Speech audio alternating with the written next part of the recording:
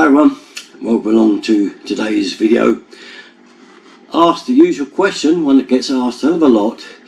Will it be cheaper for me to leave my central heating on all the time, or will it be better for me to turn it on and off as and when needed? Now, as you can tell by the way I'm dressed, I'm one of the turn it on and off as when needed, and at the moment it's off, so clobber on, you know, the whole kit and caboodle here: thermal underwear, vest, t-shirt, jumper, cardigan, coat, and a scarf, and a hat, just make sure I keep well warm, you know, while it's off. But this does beg a good question, really, doesn't it?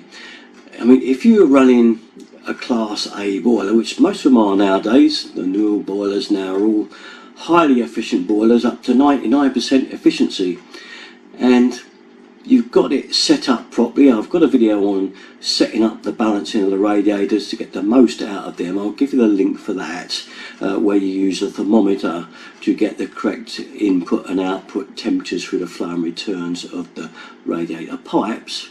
And on top of that, if you've got your return temperature coming back to your boiler at 55, which is around about the best number to get there, then you're getting maximum efficiency from your boiler setup. I'll just show you the thermostat. I've got a little clamp on one that clamps onto the return pipe and gives me the temperature, so I know I'm getting the right kind of return temperature. I'll just show you that.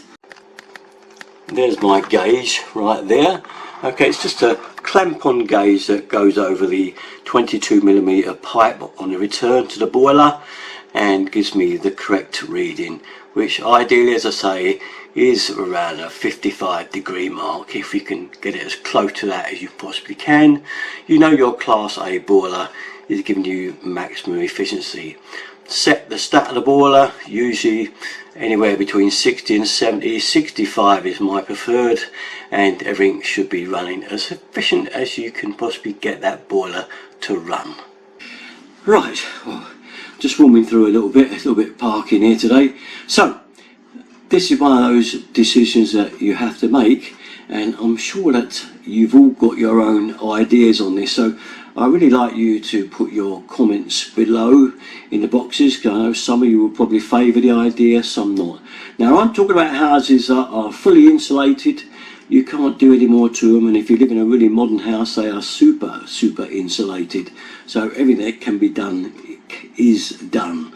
So we're looking at getting the peak efficiency. Will you be better just leaving that heating on, ticking over, or will you be better shutting it off and just letting it come on from cold to hot and then off again when you don't want it?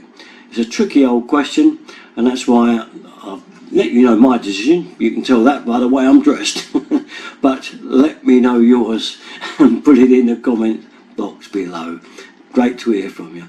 Okay, it's nearly time to put the heating on in a minute, so I'll be able to take this lot off.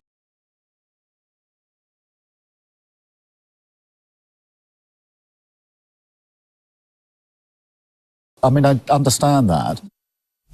Shut up.